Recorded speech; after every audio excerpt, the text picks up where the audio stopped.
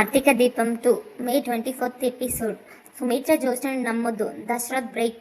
పడక గదిలో బావకు సైగలు. ఇక దీప ఇంటికి వెళ్ళి కాంచన అనసూయల ముందు కన్నీళ్లు పెట్టుకుంటుంది. కంగారు పడిన కాంచన అనసూయ ఏమైంది దీప ఏమైంది అని ఆరాధిస్తారు. దాంతో జ్యోత్స్న కార్తీక్ కావాలనే పని చెప్పి పనివాడిని చేస్తుందన్న సంగతి చెప్పి దీప బాగా ఏడుస్తుంది. దాంతో కాంచన అల్లాడిపోతుంది. జ్యోత్స్నని బాగా తిట్టుకుంటుంది. ఇక దీప ఏడ్చి నేను ఒక నిర్ణయం తీసుకున్నాను. కార్తీక్ బాబు రాగానే నా నిర్ణయం చెబుతాను అని దీప లోపలికి వెళ్ళిపోతుంది ఏడుస్తూ. బహుశా విడాకులు ఇస్తా దూరం అయిపోతా అని అంటుంది కాబోలు. అలా ఉంటే కార్తీక్ ఒప్పుకోడు. మరోవైపు కార్తీక్ సేవలు చేసే వీడియోలన్నీ శివనారాయణకి పంపిస్తుంటే పారు శివనారాయణ పొంగిపోతాడు. పాపం అని దశరథ్ సుమిత్రులు మనసులోనే అల్లాడిపోతారు. ఇక నేటి కథనంలో అయితే జ్యోత్స్న ఏకంగా కార్తీక్ని పనివాడిలా శివనారాయణ ఇంటికి తీసుకొస్తాడు. ఇంతలో దశరథ్ శివనారాయణ హాల్లో కూర్చొని హోటల్ గురించి చర్చించుకుంటూ ఉంటారు. అప్పుడే సుమిత్ర వచ్చి భోజనం చేద్దాం రండి మామయ్య గారు అంటుంది. ఇంతలో పారు అటుగా వచ్చి జ్యోత్స్న ఇంకా రాలేదు కదా అంటుంది. వెంటనే శివనారాయణ అది వాళ్ళ బావతో ఆఫీస్లో అడ్డమైన చాకరీ చేయించే పనిలో పడింది, మనం తిందాం రండి అంటాడు. కార్తీక్ కూడా ఇంటికి వెళ్ళాలి కదా అంటాడు దశరథ్ కోపంగా. దశరథ్ పని పూర్తయిన తర్వాతే వెళ్ళాలిరా అంటాడు శివనారాయణ. ఇంతలో జ్యోత్స్న ఎంట్రీ ఇచ్చి ఆ చివరి మాట విని నిజమే చెప్పావు తాత అంటూ లోపలికి వస్తుంది. నీ హ్యాండ్ బ్యాగ్ ఏది అంటుంది పారు. నా అసిస్టెంట్ తెస్తున్నాడు అంటూ చప్పట్లు కొడుతుంది జ్యోత్స్న. ఇంతలో కార్తీక్ జ్యోత్స్న హ్యాండ్ బ్యాగ్ పట్టుకుని లోపలికి వస్తాడు. అది చూసి పారు తెగ మురిసిపోతుంది. శివనారాయణ నవ్వ ఆపుకుంటాడు బాగా. సుమిత్ర దశరథులు అయోమయంగా చూస్తుంటారు. అదేంటి అలా చూస్తున్నారు, నేను పంపిన వీడియోలు చూడలేదా అంటుంది జ్యోత్స్న అలా అడగగానే పారు సంబరంగా ఎందుకు చూడలేదు, చూసాం, చాలా ఆనందించాం, ఆనందంలో 2 స్వీట్స్ ఎక్కువ కూడా తిన్నాను నేనైతే అంటూ ఉంటుంది. వెంటనే కార్తీక్ స్వీట్స్ ఎక్కువ తినకు, అసలే నీకు షుగర్ ఉంది, ఆనందంలో పోయావనుకో తాతకి ఈ వయసులో 3వ పెళ్లి చేయడం కష్టం అంటూ చురకలిస్తాడు. దాంతో శివనారాయణ వీడు పని చేయడానికి వచ్చినట్లు లేడు, జ్యోత్స్న పొగరు తగ్గలేదంటాడు. దాంతో జ్యోత్స్న తాత ఏం చెప్పినా చేస్తాడు తాత, నేను కాదు నువ్వు కూడా చెప్పొచ్చు. ఏం పని చెబుదాం, గ్రాని నువ్వు వెళ్ళిపోతే తాత షూ తీసుకునిరా అంటుంది జ్యోత్స్న పొగరుగా. ఇక పారు వెళ్ళి షూ తెచ్చి కార్తీక్ ముందు పెడుతుంది. కార్తీక్ ఏమాత్రం అవమానంగా ఫీల్ అవ్వకుండా షూ క్లీన్ చేయడం స్టార్ట్ చేస్తాడు. వెంటనే శివనారాయణ ఇదిరా నీ స్థాయి అంటాడు. నువ్వు నా స్థాయిని చూస్తున్నావు, నేను బాల్యాన్ని చూస్తున్నా. నేను చిన్నప్పుడు స్కూల్కి వెళ్ళే సమయానికి నా షూ ఇలానే క్లీన్ చేసి పెట్టేవాడివి, అమ్మ వద్దు అని వాదించిన ఈ అందమైన జ్ఞాపకం అంటూ నా కాళ్ళని చేతితో పట్టుకుని షూ వేసి నాకు ముద్దు పెట్టి నువ్వు ముద్దు పెట్టించుకునేవాడివి. ఇంతమంది మన వాళ్ళకి ఆ రుణం తీర్చుకునే అవకాశం వస్తుంది, నాకు వచ్చింది అంటూ సంతోషంగా తుడుస్తుంటాడు షూ.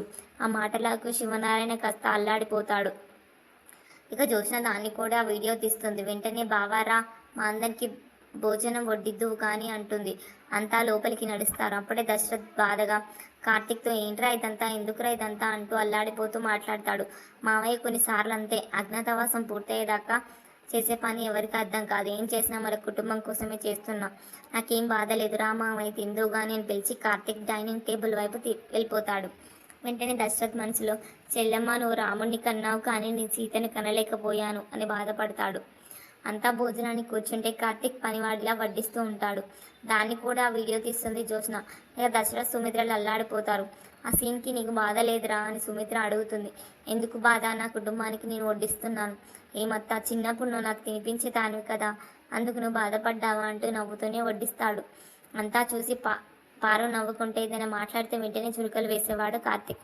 ఇంకా జ్యోత్స్న బాగా తినేసి బావ హ్యాండ్ బ్యాగ్ తీసుకునిరా అంటూ బెడ్రూమ్కి పోతుంది. ఇక జ్యోత్స్న గదిలోకి వెళ్ళి మంచం మీద కూర్చొని హొయలుపోతూ కార్తీక్ రాగానే బ్యాగ్ వడపెట్టి ఏసీ ఆన్ చేయి బావా అంటుంది. కార్తీక్ చెప్పినట్లే చేస్తాడు. వెంటనే పైకి లేచి బావా ఈ చల్లగాలికి మనసు జివ్వమంటుంది కదా, ఇక్కడే నిద్ర వస్తుంది కదా అంటూ రొమాంటిక్గా దగ్గరికి వెళ్తుంది. 2 పీకితే మనసేంటి ఒళ్ళంతా జివ్వమంటుంది, నాకు మాత్రం నువ్వు వదిలేస్తే ఇంటికి వెళ్ళాలని ఉంది, వెళ్ళొచ్చా అంటాడు కోపంగా కార్తీక్.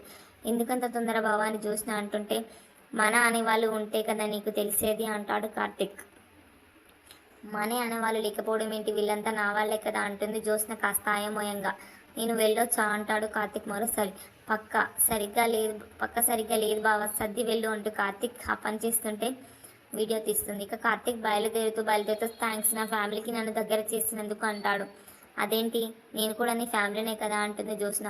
అంటే నేను నీకు అసిస్టెంట్ని కదా అందుకే అలా అన్నా అని కవర్ చేసుకుంటాడు. కార్తీక్ వెళ్ళగానే జ్యోత్స్న అనుమానంగా బావేంటి ఏదో తెలిసినట్లు మాట్లాడుతున్నాడు, లేదులే తెలిస్తే ఈ పాటికి అందరికీ చెప్పేసేవాడు కదా అని మనసులో కూలయ్యి ఆ వీడియోలని దీప చూసేలా చేయాలి అనుకుంటుంది. ఇక సుమిత్ర దశరథులు జ్యోత్స్న కావాలని కార్తీక్ని పనివాడిని చేయడానికి ఆడుతున్న డ్రామా గురించి బాధపడుతూ మాట్లాడుకుంటారు. వాడంతటా వాడు దీనికి బానిస అయితే మనం ఏం చేస్తామండి అంటుంది సుమిత్ర భర్తతో. జ్యోత్స్న చెప్పిందే మనం వింటున్నాం, అసలు వాళ్ళ మధ్య ఏం జరిగిందో మనకు తెలియదు కదా. అయినా పిల్లల్ని నమ్మి ఇంకా చిన్నపిల్లలు అనుకోవడం కరెక్ట్ కాదు సుమిత్ర.